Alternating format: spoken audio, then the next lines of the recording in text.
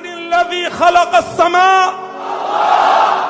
يعني كان موجودا قبل السماء، يعني لا يسكنها، هو خالقها، كيف يكون فيها؟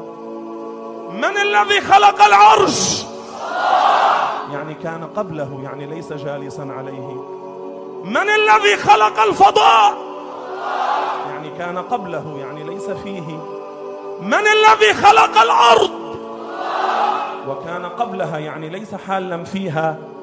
إذن فعقيدة الإسلام، عقيدة الأنبياء، عقيدة الملائكة، عقيدة الصحابة، عقيدة الآل، الله موجود بلا مكان. انتبه انتبه، بعض الجهال ماذا يقولون في كل مكان؟ هذا غلط. من الذي خلق كل الأماكن؟ يعني كان قبل